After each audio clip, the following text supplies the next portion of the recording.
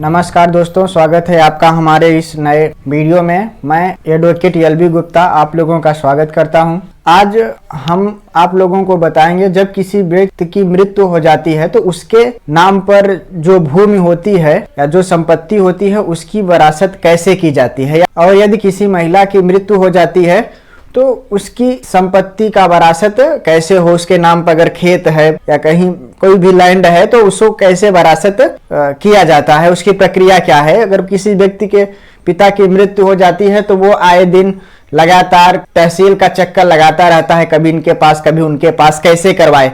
तो आज हम आपको एकदम से आसान तरीका बताएंगे कैसे करना है, क्या नहीं करना है, तो आप जल्द से जल्द अपनी वरासत करा पाएंगे। इसमें बहुत कम समय लगता है। अगर आपको हम तरीका बता दे रहे हैं, अगर आप जैसे होना है सारी प्रक्रिया हम आपको स्टेप बाय स्टेप समझाएंगे। अब हम आपको जो जो डॉक्यूमेंट्स लगेंगे उसको बता दे रहे हैं, फिर उसके बाद बताएंगे कि कैसे किया जाएगा। तो अब वरासत ऑनलाइन होता है। तो अब देखें, जैसे कोई व्यक्ति है, मान लीजिए यम कोई व्यक्ति है, अगर उसकी मृत्यु हो जाती है तो उसके जो उत्तराधिकारी होंगे,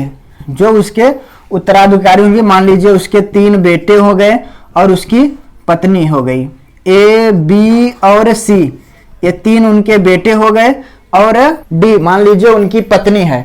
तो अगर अब इनकी मृत्यु के बाद जो इनकी भूमि होगी उसके उत्तराधिकार ये चारों हैं मान लीजिए।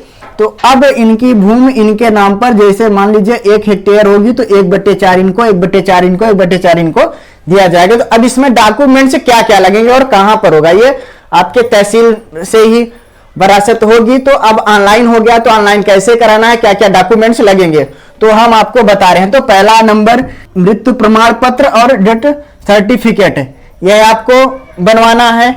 अब यह कहां बनेगा, तो यह आपके ग्राम का जो ग्राम सचिव होता है उसके अथॉरिटी में होता है, वो ग्राम सचिव बनाता है मृत्यु प्रमाण पत्र।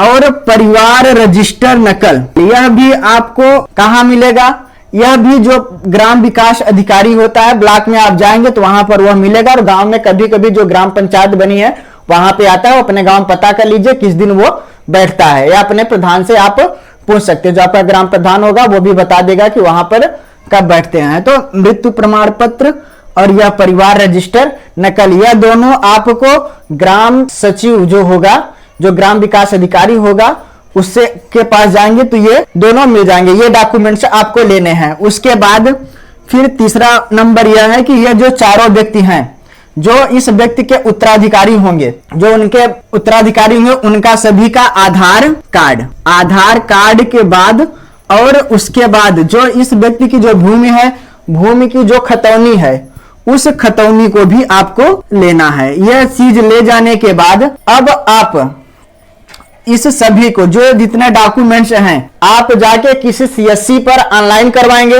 ऑनलाइन करवाने के बाद जो आवेदन पत्र आपको मिलेगा, उस आवेदन पत्र को आप अपने हल्का लेखपाल को देंगे। जो आपके मौजा का जो लेखपाल होगा उसको ये आवेदन पत्र ले जाकर, यानी ऑनलाइन करवाएं, या तो आप ऑनलाइन स्वयं करा के हल्का लेखपाल को आप ले जाकर दें वो आवेदन पत्र, या लेखपाल से ही आप बातचीत कर लें कि जो आवेदन के लिए हमारा फीस होगा हम आपको दे देंगे। तो यह मृत्यु प्रमाण पत्र, परिवार रजिस्टर नकल की फोटोकॉपी और यह आधार कार्ड की फोटोकॉपी, जितने उत्तराधिकारी होंगे, और उसके बाद खतौनी, यह चारों चीज आप ले जाकर दे देंगे। तो वह जाके ऑनलाइन करवाएगा। ऑनलाइन करवाने के बाद वह अपनी रिपोर्ट देगा, जांच पड़ताल करेगा कि ये उत्तराधिकारी वही है कि नहीं है, कोई छूट तो नहीं रहा है, किसी का गलत नाम तो नहीं मेंशन किया जा रहा है, फर्जी व्यक्ति आके तो नहीं अपना उत्तराधिकार बता रहा है। तो यह सब कुछ वह हल्का लेखपाल पता करने के बाद वह जाके अपनी रिपोर्ट देगा। वह रिपोर्ट देने के बाद ऑनलाइन रिपोर्ट होगा, लेकिन उसका प्रिंट निकलवा के वो जो आपके उप निरीक्षक होंगे, जिसे कानून वो बोलते हैं, तो उनको ले जाकर देते हैं। उनको देने के बाद जब वो अपनी रिपोर्ट लगा के देता है तो उसमें जाके उसका परवाना बनता है। तो परवाना ले जाकर खतौनी में चढ़ जाता है। तो आपको ज्यादा परेशान होने की जरूरत नहीं।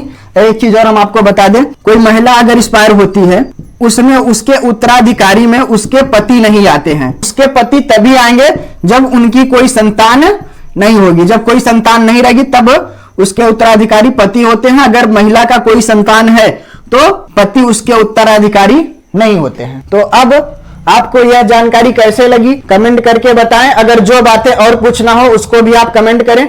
अगर आपको यह वीडियो अच्छा लगा हो तो लाइक करें। अगर हमारे चैनल पर नए हो तो चैनल को सब्सक्राइब करें। और यदि आप फेसबुक पर देख रहे हो तो प्लीज फेसबुक पेज को लाइक करें, फॉलो करें। इसी तरह से वीडियो आपको मिलते रहेंगे। धन्यवाद।